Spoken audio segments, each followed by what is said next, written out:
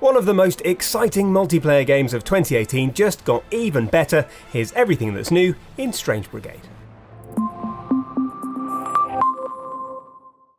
Hello, this is Matt and I'm here with Louise. Hello. Who has been playing the latest build of Strange Brigade, and we've covered this in the past, and everything we've played of it so far we really liked.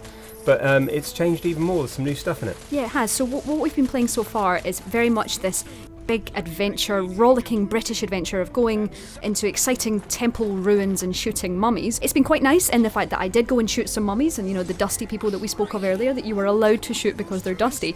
But I also saw some brand new areas and some new modes as well, which is really exciting. So let's talk about the single player first, because for ages I thought this was just a co-op game, but there is a single player campaign as well. There absolutely is. So you can play it all in multiplayer, or you can play it all in single player. Now it's from Rebellion, and these are the guys that made Nazi Zombie Army and Sniper Elite, so they're big on their guns, but they're also really big on adventure. And I spoke to their CEO, Jason Kingsley, who is more likely to play single player games because he doesn't like multiplayer when he's shot at by friends. So he basically wanted a game that people could play on their own and with friends. So I sat down with this and I played it on my own, and I selected, it was Mr. Fairburn was the character, who is obviously a relation of Carl Fairburn from Sniper Elite. He has the same jawline and it's very, very similar. So I sat down with him, and he had his own sort of special abilities. You've got this emblem that you're filling up with blue mana, which is cool because it comes out of everything that dies, produces this blue mana, and there's this really satisfying ways of collecting the mana. I mean, you could run through it,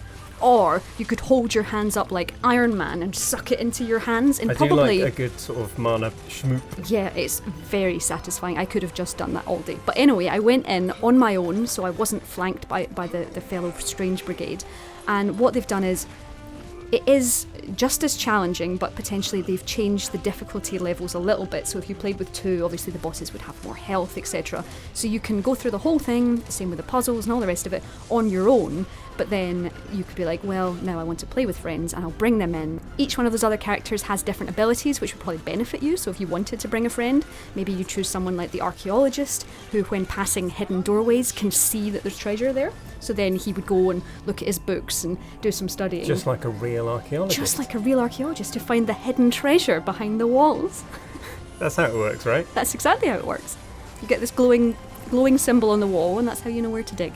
Cool, so all of that sounds like fun, but as someone that's not played it, can you tell us about where the variety comes from here? Because it looks like, I mean, everyone loves shooting mummies, that's fine, but like, is there more to it than that? Well, there definitely is. I like the fact that there are more puzzles in there, so you come across these hidden doorways to find new areas, and you've got to work out which order. Yes, there's shooting involved. You do have to shoot the hieroglyphs in a certain order, but it's working. I think that's also how hieroglyphs work. Oh, absolutely. I mean, that's literally how they open tombs.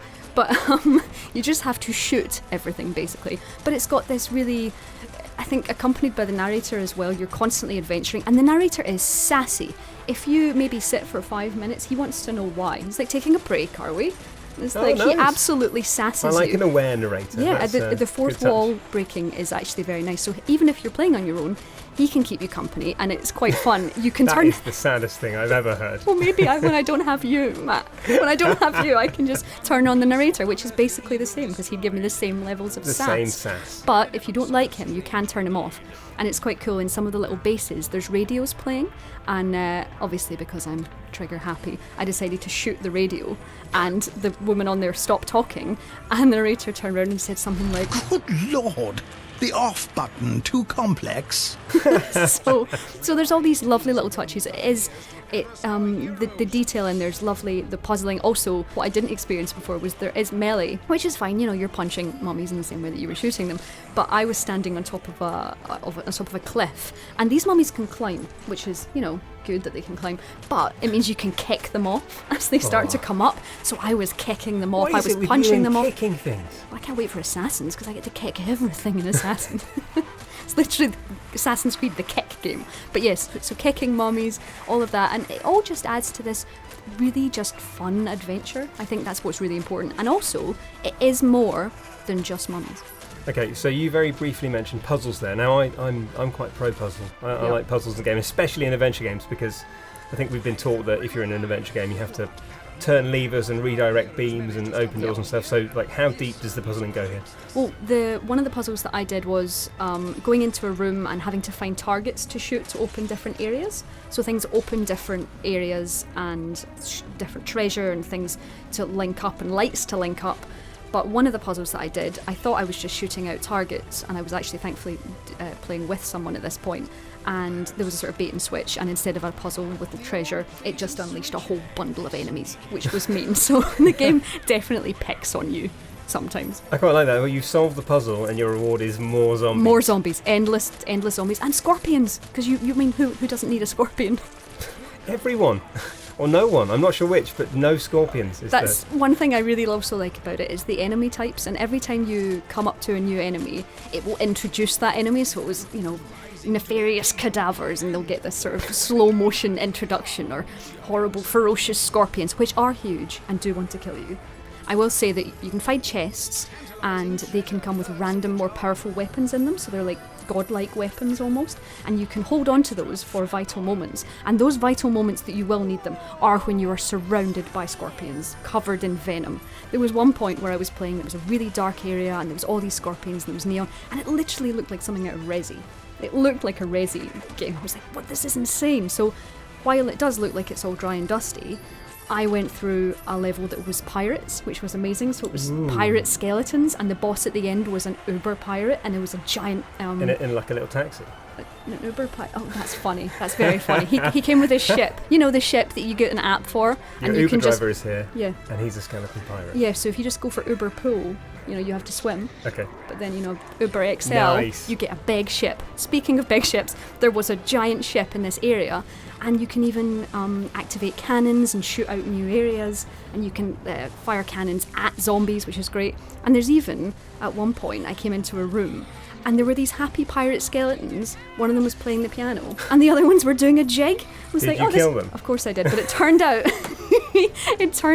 that you actually could have just left them and they would have been fine, because if things don't attack you in Strange Brigade, turns out they don't want to kill you and they're just having a nice pirate time.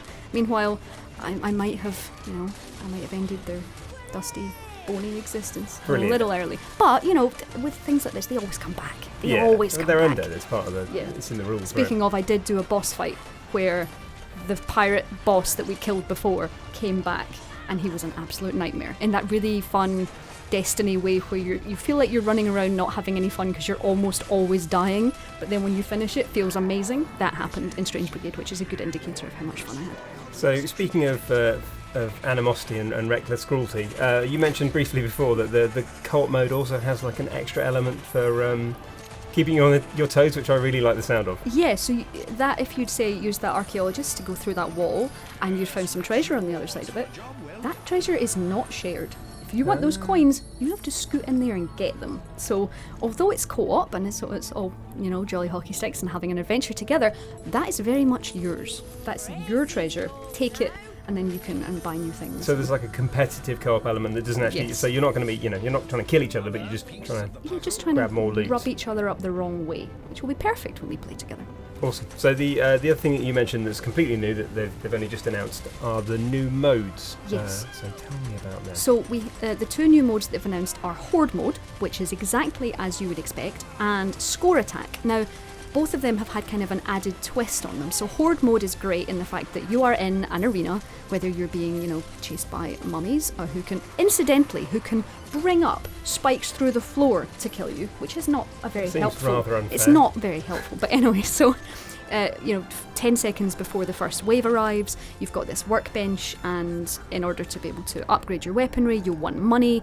Enemies drop money. So it's kind of the cycle of survive the waves, make money, and then you can open up the chest and then you can get new weapons. But another way of spending the money, which is good, is there's always this, will I spend it here, or will I open up the new areas of the map which have hidden rooms which have even better weaponry inside. So there's always this kind of, well, I could just buy a new set of, a new stick of dynamite, or I could save up and spend it on maybe a random weapon chest for when I need it the most, or open up a new area which will have potions in it. And I haven't mentioned potions. Potions are very essential.